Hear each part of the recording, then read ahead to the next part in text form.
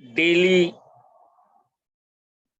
Training session में, online session में देश के कोने कोने से सहभागी हुए हमारे अपने सभी सहकारियों को क्रांतिकारी जय भीम। सहकारियों, लगातार 4 दिन से आप और हम चर्चा कर रहे हैं। मुझे पता नहीं, जो भी चर्चा हमारे अपने बीच हो रही है वो आप तक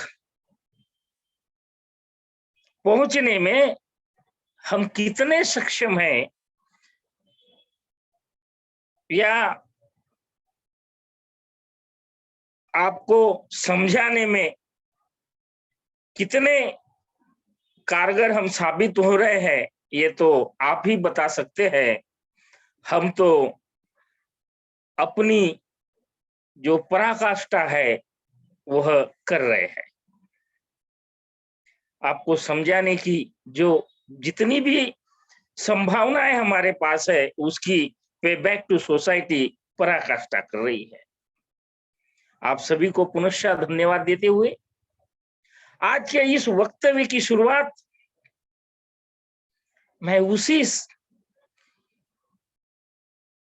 कोटेशन के करूंगा जो यश ड्रूमन जी का कोटेशन है, क्योंकि सहकारी जो हमारा विषय है वो विषय इस कोटेशन से ही निकलता है कि जो विवेक नहीं करता वो धर्मांध होता है, जो विवेक नहीं कर सकता वह मूर्ख होता है, जो विवेक करने का साहस नहीं करता वह गुलाम होता है। यश ड्रूमन जी का एक कोटेशन है, और हमारे अपने डॉक्टर बाबा साहब अम्बेडकर जी ने एनिहिलेशन ऑफ कास्ट के पहले पन्ने पर इसे प्रस्तुत किया है। ये प्रस्तुत करने के पीछे का कारण क्या है, यह हमें समझना बहुत ही जरूरी है, क्योंकि जिस विषय पर हम चर्चा कर रहे हैं और आज का जो विषय है कि वो कौन लोग कैपेबल है इस कास्ट को एनिहिलेट करने के लिए, who can annihilate the caste. इसीलिए इस कोटेशन से शुरुआत करनी पड़ी। सहकारी, ये कोटेशन आपने पहले भी सुना है। इसी के साथ साथ मैं और एक बात आपके सामने रखना चाहता हूं। Caste is a dangerous virus, आपने पहले भी सुना, पुनश्च इसका दोबारा हम प्रस्तुति करेंगे। Thinking skill is a potential antivirus. Thinking skill is a potential antivirus, क्योंकि जो पहला विषय था हमारा अपना, culture of caste is the culture of stupidity, and stupidity means the lack of knowing, lack of understanding, lack of thinking, lack of driving, and lack of thriving. ना सोच विचार, सोचने समझने के लिए जो बाधा होती है, तो आदमी, अच्छा खासा आदमी भी ना सोच वाला बन जाता है, और इस ना सोच की वजह से ही यह जाति आज तक जिंदा है। और इसीलिए बाबा साहब कहते हैं, सिद्धार्थ कॉलेज के विद्यार्थियों को अपील करते वक्त बाबा साहब कहते हैं, क्या कहते हैं? To enlarge your mind, to enlarge your mind, your vision, your capacity to think, यानी हमारी अपनी सोचने की जो क्षमता है, उस क्षमता को हमें बढ़ाना, और उसके लिए क्या करना है? To enlarge your mind, your ability to solve the problem. हमारे अपने देश के सामने जो समस्या है, और जिस समस्या की वजह से आज ये सारे भय, भूख, दारिद्र्य, गरीबी के जो प्रश्न हमारे देश के सामने, हमारे अपने लोगों के सामने खड़े हुए हैं, 2300 साल के बाद भी जिंदा है, वह इस जाति की वजह से निर्माण हुए हैं। क्योंकि जब हम ऑक्सफाम की या भारत सरकार की जो रिपोर्ट देखेंगे, तो इस भय, भूख, गरीबी, दरिद्री, बीमारी और शिक्षा से वंचित रहने वाले लोगों में जिनकी संख्या ज्यादा है, वह हमारे अपने लोग ही ज्यादा है। इसीलिए बाबा साहब ने कहा है, कितने दिन हो गए, आज भी जस का तस, यानी जो बाबा साहब का जो दूरदृष्टिकोण था वो कितना बड़ा था, ये इससे पता चलता है। सहकारियों, लगातार आज चौथा दिन है, जो कुछ भी आप हम चर्चा कर रहे हैं वह हमारे महापुरुषों के जो विचार है, उसी विचारों के ऊपर चर्चा कर रहे हैं। क्योंकि पे बैक टू सोसाइटी प्रोग्राम यह ऐसा प्रोग्राम है कि वह अनएक्सप्लोर्ड अम्बेडकरिज्म को एक्सप्लोर करता है, यानी असंशोधित अम्बेडकरिज्म को संशोधित करके लोगों तक पहुंचाने का हमारा अपना जो दायित्व है, पराकाष्ठा है, वो हमें करनी है। और इसी बात को आगे जाते हुए वो क्या कहते हैं Baba Saheb, to bring that capacity, that vision, that ability to form judgement, to bear upon the actual problems who is the vast mass of the people of this country are facing. देखिए, हम तब भी प्रॉब्लम फेस कर रहे थे, आज भी problem face कर रहे हैं। वक्त निकलते जा रहा है, मतलब क्या है कि हम कहीं ना कहीं हमारे महापुरुषों को समझने में कम पड़े हैं, और वो समझने में कम पड़े हैं, इसीलिए यह समस्या हमारे आपके सामने खड़ी है। इसीलिए think out of box, open mind से हमें सोचना होगा। जब तक हम इन बॉक्स से निकलकर आउट ऑफ बॉक्स नहीं सोचेंगे, तब तक हमारी समस्या है दूर नहीं होगी। क्योंकि caste is an enclose class. इस एनक्लोज क्लास, और जो एनक्लोज क्लास को हम जकड़े हुए हैं, उस जकड़ से अगर हमें बाहर निकलना है, हमसे छुटकारा पाना है, जिस जेल में जाति के हम बंद है, जिस जाति के कोड़वाड़े में हम बंद है, उस जाति के कोड़वाड़े से अगर हमें बाहर निकलना है, तो हमें यह जो सोच का दायरा है वो बढ़ाना होगा। यह जो हमारे अपने सोच का दायरा है वो बढ़ाना होगा। सहकारियों, आज देश में लोग आर्थिक भ्रष्टाचार पर बहुत बातें करते हैं, लेकिन आपको कहने में मुझे जरा भी हिचकिचाहट नहीं। इस देश में आर्थिक भ्रष्टाचार से ज्यादा खतरनाक है, आर्थिक भ्रष्टाचार से ज्यादा खतरनाक है सामाजिक भ्रष्टाचार, धार्मिक भ्रष्टाचार और जातिगत भ्रष्टाचार। इस भ्रष्टाचार को आपको खत्म करना होगा, क्योंकि इसी भ्रष्टाचार की वजह से, और ये भ्रष्टाचार क्यों हुआ, क्यों कर पाए, ड्यू टू द अनथिंकिंगनेस, क्योंकि हमें वंचित ही रख दिया गया था। वो सोच विचार करने वाली, हमें शिक्षा से ही वंचित कर दिया गया, तो सोच विचार करने वाली शिक्षा हमें कहां से मिली। कल भी उसके ऊपर हमारी चर्चा हो गई, due to the force ignorance, that's, ये हमारे ऊपर वक्त आ गया है। इसीलिए हमें यह समझना बहुत जरूरी है। हम आज भी बहुसंख्य लोग हमारे धर्म और जाति में इतने जकड़े हुए हैं, पता नहीं क्यों है, लेकिन क्या आप और हमने कभी सोचा है, इस धर्म को इंसान ने जन्म दिया है या धर्म ने इंसान को जन्म दिया है? क्या इस पर कभी हमने अपने चिंतन किया है? जो जाति है उसने इंसान को जन्म दिया है या इंसान ने जाति को पैदा किया है? लेकिन यह जाति ऐसी है जो जन्म से आती है और मरने तक हमारे साथ रहती है, क्योंकि ना हमने कल सोचा ना आज सोचा, इसलिए जकड़ के उसी में रहते हैं।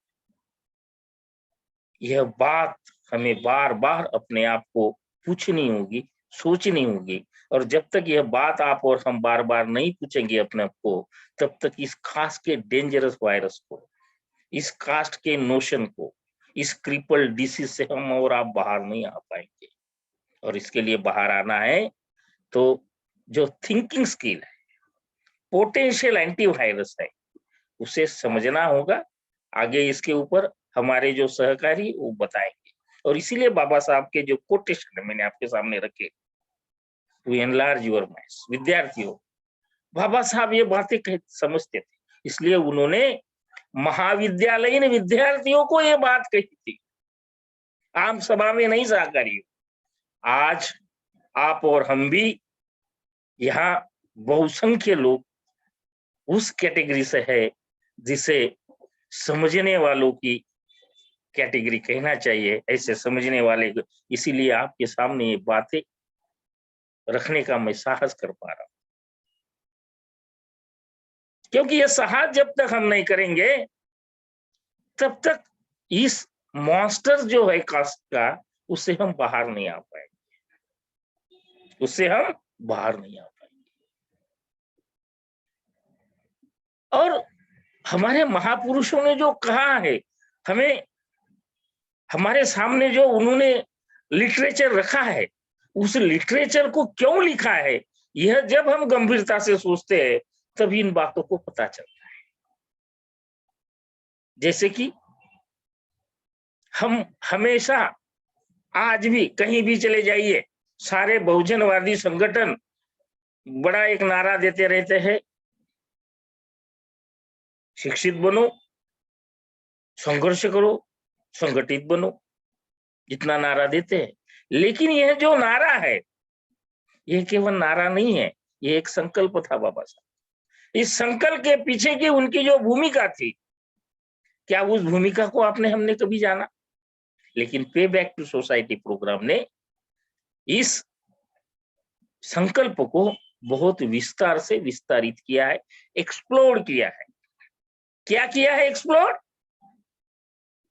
शिक्षा का मतलब क्या है? बहुत सारे विद्वानों ने शिक्षा की डेफिनेशन दी है, मीनिंग दिया है। लर्न, टीच एंड थिंकिंग, यानी सोचना सीखो, सोचना सिखाओ, सोचने वाला समाज निर्माण करो। सोचना सीखो, सोचना सिखाओ, सोचने वाला निर्माण करो। इसी तरह से आज ही थे कि पॉसिबिलिटीज ढूंढो। क्या ढूंढो? पॉसिबिलिटीज ढूंढो। पॉसिबिलिटीज सीखो, कैसे निर्माण करना है, पॉसिबिलिटी का निर्माण करो, संभावनाएं सीखो और संभावनाओं का निर्माण करो। इसी तरह से ऑर्गेनाइज, क्रिएटिविटी का निर्माण करो, सृजनशीलता सीखो, सृजनशीलता सिखाओ, सृजनशील समाज निर्माण करो। किसके साथ? with the new tools and the techniques, those are useful in the 21st century. Those are useful in the 21st century. अगर ये हम समझते हैं तो कास्ट हमें एनिलेट करने में ज्यादा आसान है। कास्ट को एनिलेट करना हमारे लिए ज्यादा आसान है, लेकिन ये सब समझना होगा। हमारे महापुरुषों ने जो लिखा है उसके पीछे का अर्थ हमें समझना होगा। सहकारियों, कास्ट डिविटलाइज द मैन। कास्ट हमारा स्टरलाइजेशन करती है, एक प्रकार वो डिविटलाइज करती है, लेकिन जो डी कास्ट है या कास्टलेस है वो हमें रिविटलाइज करती है। रिविटलाइज का मतलब आप जानते हो, यानी हमारे अंदर वो जो नया जोश, हम जब अशक्त हो जाते हैं तो डॉक्टर हमें कुछ विटामिन लिख कर देता है। वो विटामिन क्यों खाते हैं? यानी हमारे अंदर में जो शारीरिक दुर्बलता होती है, उस दुर्बलता को या कमतरता को दूर करने के लिए हम विटामिन लेते हैं। तो इसी तरह से हमारे दिमाग की दुर्बलता, हमारी सामाजिक दुर्बलता, हमारे अंदर जो छुपी है भय, गुलामी, उसे दूर करने के लिए ये डी कास्टलेसनेस ये विटालाइज करता है। ऐसे जब ये समाज अपने आप को विटालाइज करेगा तो डेफिनेटली वह जो सोने की चिड़िया वाला भारत, खुशहाली वाला भारत, गौरव वाला भारत, सबको स्वाभिमान और गौरवान्वित करने वाला, यानी सबको समता, बंधुता और न्याय देने वाला भारत, इक्वालिटी निर्माण करने वाला भारत आप और हम निर्माण कर सकते हैं। लेकिन इसके लिए आपको हमें इनबॉक्स से बाहर आना होगा, इनबॉक्स से बाहर आना होगा। हमारे अपने अंदर वो जो सोशल एंडोस्मोसिस है, सामाजिक अभिकरण है। Social endosmosis is a free flow of knowledge, free flow of knowledge. एक दूसरे को सोच विचार जो है, ज्ञान है, उसका फ्री फ्लो, सही तरीके का ज्ञान वो जब होगा with in the community, between the community, तो सोशल हार्मनी निर्माण हो, और सोशल हार्मनी के साथ साथ समाज के अंदर वो कोऑपरेशन तैयार होगा। इसी सोशल हार्मनी और कोऑपरेशन, सोशल एंडोस्मोसिस के कारण ही तो महान अशोका ने इस देश को उस ऊंचाई पर पहुंचाया था। अशोका जिनका जो विजडम था, उनकी जो सोचने की उनकी जो थिंग ये थी, कला बहुत बहुत बड़ी थी। वह जो थिंकिंग है, वह जो विजडम है, वह आपको हमें पैदा करना होगा, सीखना होगा। We have to create the rational thinking, we have to create the rational, radical and scientific. हमें अपने अंदर ये जो radical, rational and scientific attitude है, ये निर्माण करनी होगी, जो नेचर ने भी हमें दी है। लेकिन इतना होने के बावजूद भी अननेचुरल थिंग्स जो ह्यूमैनिटी के अपोज में है, जो एंटी नेशनल है, उसे हम जकड़े हुए हैं। उसे बाहर निकालने के लिए हमें अपनी जो रेडिकल सोच है, रैशनल थिंकिंग है, साइंटिफिक एटीट्यूड है, वो अपने अंदर इनकल्पित करनी होगी। इसीलिए ये डूमन के कोटेशन मैंने आज बार बार आपके सामने, उसका कारण यह था क्योंकि जब तक ये हम नहीं रखेंगे, नहीं समझेंगे, तब तक आगे जाने के लिए हमें बड़ी परेशानी होगी। हमारे महापुरुषों के जो शैक्षणिक दर्शन है, वो हमें समझना होगा। आगे आपको इसके ऊपर लेक्चर दिए जाएंगे। जब तक ये सारी बातें हम अपने अंदर, जैसे सोशल एंडोस्मोसिस एंड कोऑपरेशन, ये सबसे ज्यादा जरूरी है। एजुकेशन फिलोसॉफी हमारी ज्यादा जरूरी, महापुरुषों की, जो आज तक किसी भी सोशल ट्रांसफॉर्मेशन मूवमेंट में आपको सामने रही रखी। लेकिन पे बैक टू सोसाइटी ने जो 5 विषय रखे हैं, जैसे आज कास्ट के ऊपर हम चौथा दिन है, लेकिन इस पे बैक टू सोसाइटी ने बड़े संशोधन के बाद जो 5 विषय सहकारियों, वो 5 विषय क्या है, हमारे पुराने सहकारियों को जानकारी है, लेकिन फिर भी नए सहकारियों के लिए कहना आज उचित होगा। मैं आज रख देता हूँ, 2 मिनट जाएगा। Culture of caste, culture of stupidity, जिसके ऊपर अपना हमारा यह व्याख्यान चालू है। दूसरा जो विषय है, एजुकेशन फिलॉसफी ऑफ अम्बेडकरिज्म या सोशल ट्रांसफॉर्मेशन। तीसरा जो विषय है, थिंकिंग स्किल, जिसके बारे में हमारे अपने लोगों ने क्या, इस देश के बहुसंख्य के लोगों ने भी जाना ही नहीं, समझा ही नहीं कि थिंकिंग स्किल क्या है, थिंकिंग क्या है, ये सोच विचार करने वाली शिक्षा क्या है। इसके बारे में भी पे बैक टू सोसाइटी आपको बताएगी। चौथा विषय है कोऑपरेशन, जिस कोऑपरेशन को पीबीएस भी कहती है, cooperation is the another name of Ambedkarism. और पांचवा विषय है reconstruction of society and the governor, reconstruction of the unjust society and the governance of Ashok, सहकारी। ऐसे 5 विषय के माध्यम से आपको यह विषय पे बैक टू सोसाइटी, जो सब एक दूसरे से सारे विषय लिंक है, समाज को एक नया समाज पुनर्निर्माण करने के लिए आपको हमें एक जिम्मेदारी के साथ यह बात दी गई है। इन विषयों पर चर्चा करते समय हमारे महापुरुषों ने हमारे सामने जो बातें रखी है कि यह कास्ट क्या है। कास्ट ऐसी चीज है कि जो हर घड़ी हर पल हमारे रास्ते में आड़ी आती गई। Turn in any direction you like, caste is the master that crosses your path. You cannot have a political reform, you cannot have an economical reform unless you kill this master.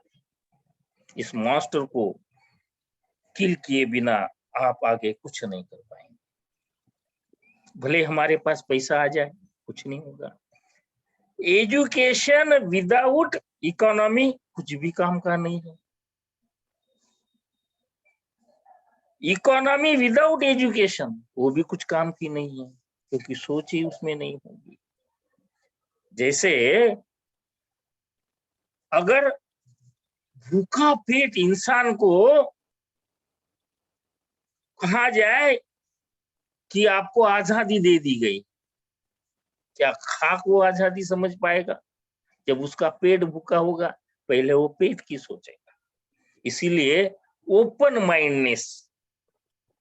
Mindness से सोचने के लिए, क्योंकि पेट भरेगा तभी तो सोचेगा। हमारे लोग आज पेट के लिए ही संघर्ष कर रहे हैं, इसीलिए भय, भूख, दारिद्र्य, गरीबी और शिक्षा की कमतरता हमारे अपने लोगों में। लेकिन ये ऐसी कास्ट को कौन दूर कर सकता है? इस पर भी हमें गंभीरता से सोचना जरूरी है। अब ये सोचने के लिए हमारे महापुरुषों ने हमारे सामने कई रास्ते दिए हैं। कई बार हमें कहा है, बाबा साहब तो कहते, उन्हीं के कोटेशन से मैं बात कर रहा हूं सहकारियों, और वही एनिहिलेशन ऑफ कास्ट, और कहीं से नहीं। इसीलिए क्योंकि एनिहिलेशन ऑफ कास्ट एक ऐसा दस्तावेज है, शायद दुनिया में कोई ऐसा दस्तावेज, दुनिया में कोई ये दस्तावेज हो। और बाबा साहब ने कहा था, जिन्होंने जात पात तोड़क मंडल ने उन्हें बुलाया था लेक्चर देने के लिए, तो बाबा साहब ने उन्होंने कहा था कि आपको ये सारी कहानी मालूम होगी। लेकिन जब उनके सामने, जात पात तोड़क मंडल के सामने, जब ये एनिहिलेशन ऑफ कास्ट का जो उनका लेक्चर था बाबा साहब ने दिया, तो उन्होंने कहा इसमें कुछ बातें कम करो। बाबा साहब ने कहा था, उसमें वाक्य की बात तो छोड़ो, सेंटेंस की बात तो छोड़ो, ये काना मात्रा विलांटी भी कम नहीं होगी। यह जो साहस था, यह जो क्रेज था, वो बाबा साहब के पास था, क्योंकि बाबा साहब वाज अ ग्रेट थिंकर। बाबा साहब वाज अ ग्रेट, बाबा साहब के पास सारी डिग्रियां है। हमने तो सोशल, लेकिन बाबा साहब के जैसा कोई इकोनॉमिक्स भी नहीं था इस विषय पर। आप जानते हैं, आप सभी बड़े इस महानायकों की सारी बातें जीवनी आप जानते। तो क्या कहते हैं बाबा साहब, एनिहिलेशन ऑफ, ये जो कास्ट है उसे एनिहिलेशन किस तरह से की जाए? तो बाबा साहब कहते, there is no doubt in my opinion that unless you change your social order, हमारी जो सोशल ऑर्डर वो कैसी है? हिरार्कियल है। वो हिरार्कियल है, किसी को कम फायदा देती है, किसी को कम नुकसान करती है, लेकिन वो हिरार्कियल है। That unless you change your social order, you can achieve little by way of progress. आप कितना भी प्रोग्रेस कर ले, लेकिन जब तक आप अपनी सोशल ऑर्डर चेंज नहीं करते तब तक कुछ। इसलिए मैंने पहले ही आपके सामने कहा कि education without economy and economy without education कुछ भी काम नहीं। तो बाबा साहब ने लिखा है अपने से, you can not mobilise the community either for defence और ऑफेंस। आप संरक्षण भी नहीं कर पाएंगे और सत्ताधारी ऑफेंसिव भी नहीं हो पाएंगे। You can not build anything on the foundation of caste. You cannot build up a nation. You cannot build up a morality. Anything that you will build on the foundation of caste will crack and will never be. देखिए, इस cast के बारे में बाबा साहब क्या कहते हैं, आप कितनी भी ऊंचाई, और आप हमारे सामने तो आज के तारीख में मैं नाम नहीं लेना चाहूंगा, लेकिन कई ऐसे उदाहरण हैं। बाबा साहब का नाम ही क्यों इतना गूंजा? नेता तो बहुत बड़े बड़े थे, काशीराम जी का ही नाम क्यों इतना ऊंचा? सोशल ट्रांसफॉर्मेशन मूवमेंट में विश्व में ये इन्हीं लोगों का नाम क्यों गया? इसका कारण इसके ये जो सोच है, क्योंकि उनका जो कहना था, ये जो सोशल ऑर्डर, उस सोशल ऑर्डर बदलना होगा, तब तक यह संभव नहीं। वो मोरालिटी आप हासिल नहीं कर पाएंगे जो आवश्यक है। और बाबा साहब ने अपने जो स्पीच था, उस स्पीच में, एनिहिलेशन ऑफ कास्ट के स्पीच में ये सब सहकारी। अगर हम कहें आज के तारीख में अगर सोचते हैं कि यह जो एनिहिलेशन ऑफ कास्ट, इस कास्ट को अगर एनिहिलेट करना है तो कौन कर सकता है, किस तरह से की सकती है? तो वो लोग कर सकते हैं जिन्होंने जाति बनाई। हमने गत 2 दिन में इसके ऊपर भी व्याख्यान किया कि जाति किसने बनाई। अगर वो चाहते हैं जो इस सिस्टम में सर्वोच्च सामाजिक स्थान हासिल कर बैठे हैं, डेमोक्रेसी में भी सारी प्रमुख सत्ताएं जो भी है संस्था हासिल करके बैठे हैं, सारी प्रमुख संस्थाओं में जिनका स्थान, वो अगर चाहते हैं तो वो इसको नष्ट कर सकते हैं। हमारे अपने लोगों का जो सोच है कि वो लोग बहुत, जिन्होंने ये सब बनाया बहुत होशियार है, क्योंकि उन्हीं होशियार उनको समझकर हमारे अपने लोगों ने इसी जाति को इमिटेट किया है, ये भी हमने देखा है। लेकिन क्या सचमुच ये लोग इंटेलेक्चुअल है? अगर ये इंटेलेक्चुअल होते तो क्या ये इस देश का इतना बड़ा नुकसान करते? नहीं, इतना बड़ा नुकसान नहीं करते। ये किसी व्यक्ति का या समाज का नुकसान नहीं है, इस देश का नुकसान है। जो लोग अपने आप को बड़े राष्ट्रभक्त कहते हैं, देशभक्त कहते हैं, बड़े बुद्धिमान समझने की कवायद करते हैं, क्या वो लोग यह इतना बड़ा राष्ट्रद्रोह हमसे करते? इस जाति को पनपा कर, इस जाति की संरचना बनाकर, इस समाज की ये हिरार्कियल सोशल ऑर्डर बनाकर वो कर सकते हैं। लेकिन they are the beneficiaries of this caste. They are the most beneficiaries of this caste system. That's why you and me can't expect from them. हम उनसे ये अपेक्षा नहीं करते, क्योंकि ऐसी झूठी अपेक्षा करना कुछ काम की नहीं। वो अपेक्षा आपकी हमारी पूरी नहीं कर सकते, क्योंकि वो इस सोशल ऑर्डर के बेनिफिशियरी है। और जो लोग अपने बेनिफिशियरी के लिए किसी का कितना भी नुकसान कर सकते हैं, ऐसे लोगों से ये अपेक्षा है आप और हम नहीं कर सकते, और वो नहीं करेंगे। अलग अलग रास्ते जरूर ढूंढेंगे, आपको हमें गुमराह जरूर करेंगे। क्योंकि मैं कई बार कहता हूं, कल भी हमसे धोखा दिया गया और आज भी फंसाया जा रहा है, ऐसी ही यह भी बात है। और कौन इसको एनिहिलेट कर सकता है? जिनके साथ आज की सत्ता है या पॉलिटिकल पावर्स में जो लोग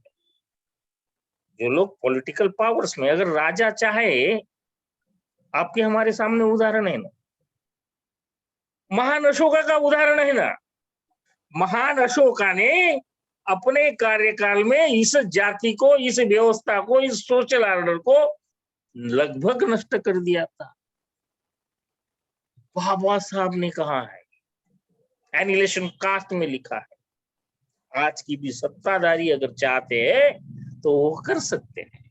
बहुत आसान है, बहुत आसान है। लेकिन क्या ये हो रहा है? आप हम जब देखते हैं, कल भी हमने इसके ऊपर डिस्कशन किया कि हमें तो आज भी आस्था का नाम लेकर और भी ज्यादा जातियां मजबूत की जा रही, आस्था का नाम लेकर, जिनके हाथ में यह सत्ता है, जबकि आज डेमोक्रेसी।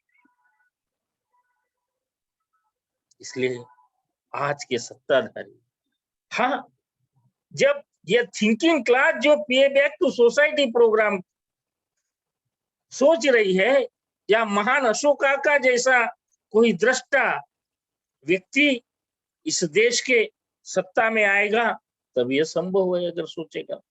लेकिन उसके लिए जो समाज है, वो समाज भी सोच विचार करने वाला बनाना बहुत जरूरी है।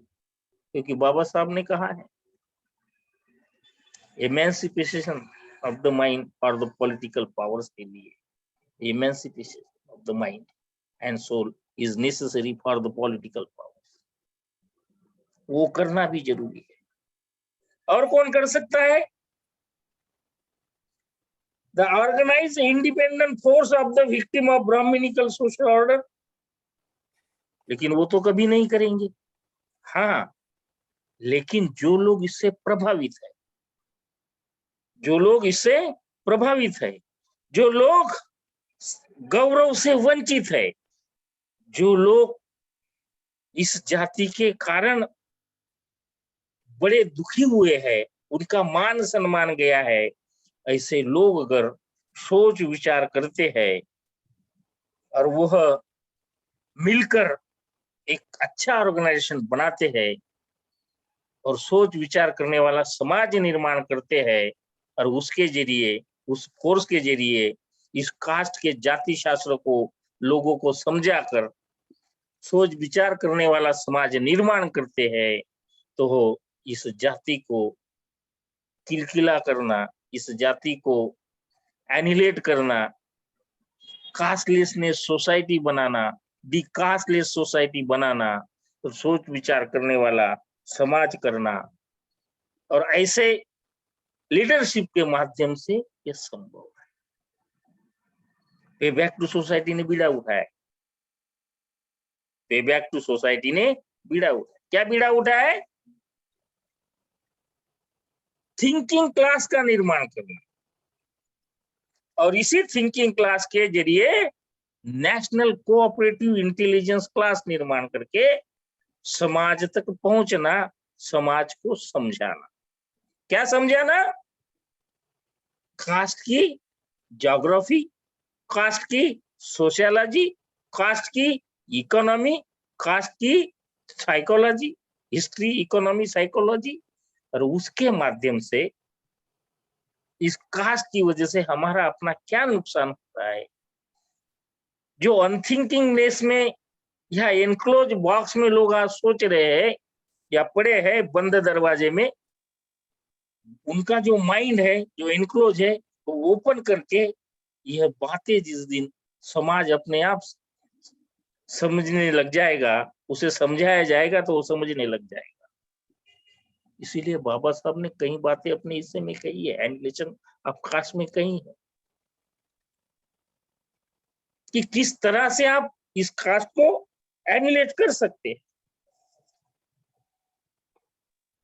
क्यों कर सकते, कैसे कर सकते हैं। और इसके लिए बाबा साहब कहते हैं कि जिन शास्त्रों की वजह से, देखो सबसे बड़ी बात है, जिन शास्त्रों की वजह से यह हमारे अपने दिमाग में पनपी है, उन शास्त्रों को नकारना, the real remedy for breaking caste, जो जात पात तोड़क मंडल को बाबा साहब कहते हैं, वो उनका वाक्य है। जिस जात पात तोड़क मंडल ने जो प्रोसेसेस उनके सामने रखी थी, उस पर बाबा साहब ने कई बातें उनके सामने रखी है। The real remedy for breaking caste क्या है वो? To destroy the belief in the sanctity of the shastra. जो शास्त्र बने हैं उसके अंदर का जो विश्वास लोगों ने पैदा किया है या उन्होंने उसको अपना है, उसे नष्ट करना होगा। The real remedy is to destroy the belief in the sanctity of the shastra. आज आप और हम गांव गांव में देखते हैं, छोटे छोटे गांव में देखते हैं। इतना ही नहीं, आपको कहने के लिए कोई हिचकिचाहट नहीं कर पाऊंगा मैं कि जो आदिवासी है, जो कबीले हैं, वह तो इन शास्त्रों से और ये साधु महाराजों से बहुत बड़े दूर थे, लेकिन आज हर गांव में, हर तांडे में, हर बस्ती में सत्संग की कथाएं चल रही है। देखिए, और ये से सत्संग के माध्यम से वो हमारे ऊपर इन शास्त्रों को लाद रहे हैं, इस जाति को मजबूत कर रहे, ये हमें समझना होगा। क्या नाम भी दिया है, देखिए, सत्संग। कौन सा संघ है पता नहीं, लेकिन इस संघ, और आपने देखा है उस सत्संग देने वालों में से आज कितने लोग जेल में भी चले गए हैं, ये भी आपने देखा, ये भी आपने देखा है। बाबा साहब ने और एक बात कही है कि जो राजनैतिक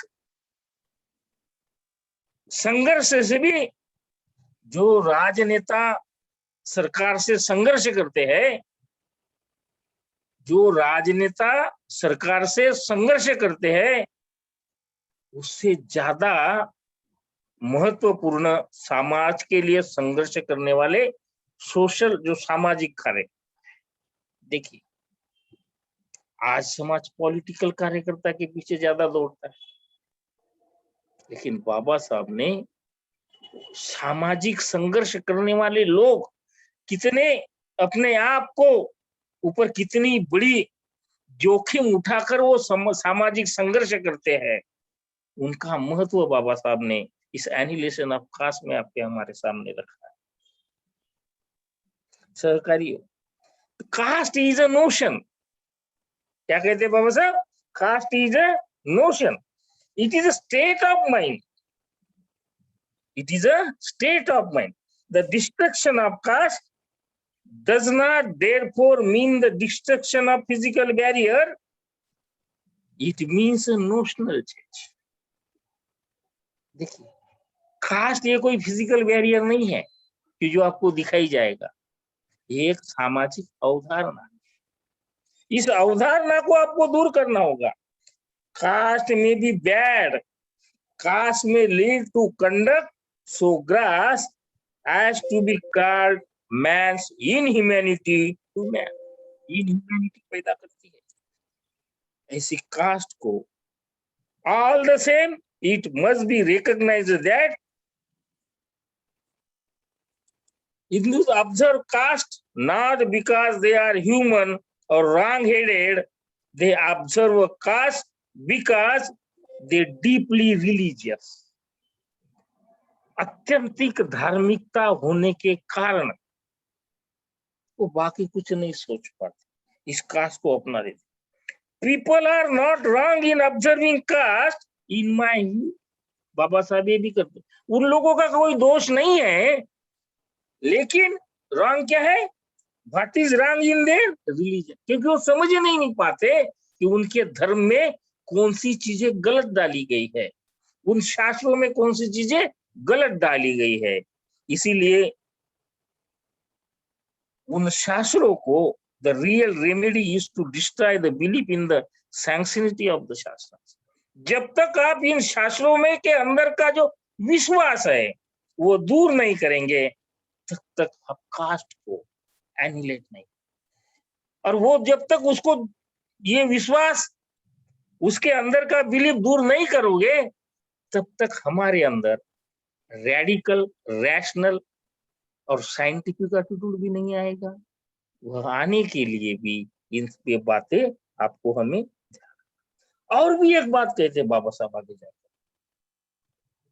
क्या कहते हैं बाबा साहब? जात पात तोड़क मंडल ने जो सारी बातें बताई है, उसका वो कहते हैं आपने निदान तो सही तरह से किया है। क्या कहते हैं बाबा साहब? आपने जो डिसीज है, caste is a cripple disease, caste is a monster.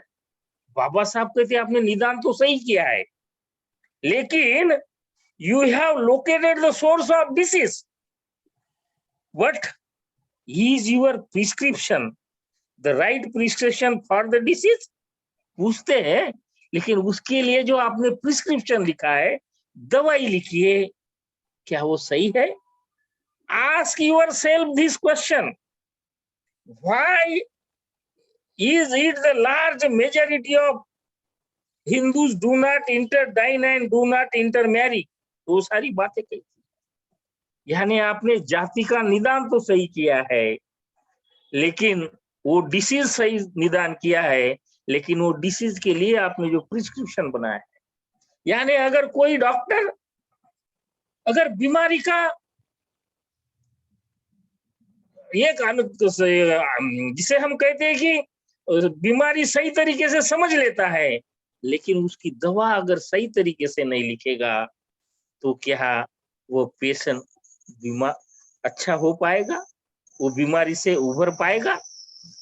Baba साहब ने 1936 में जात पात तोड़क मंडल को ये बातें पूछी है सरकार। साधारण सी बात नहीं है, साधारण सी बातें नहीं। Is it your prescription is right, you have diagnosis. यानी हमारे सहकारी कहते हैं यहाँ बीमारी भैंस को हुई है और इंजेक्शन उसके बछड़े को लगाया जाता है, कैसे वो भैंस अच्छी होगी? ऐसे ही, इसीलिए सही निदान अगर हमारे पास आ गया है, तो उसे दवा भी सही तरीके से देनी होगी, तभी ये क्रिपल डिसीज दूर होगा। इसीलिए हमारे महापुरुषों ने जो हमें कहा है, उस वाक्य के अर्थ, उसके पीछे का छुपा हुआ मतलब हमें समझना बहुत जरूरी है, हमें समझना बहुत जरूरी है। इतना ही नहीं, बाबा साहब तो आगे जाकर और कुछ कहते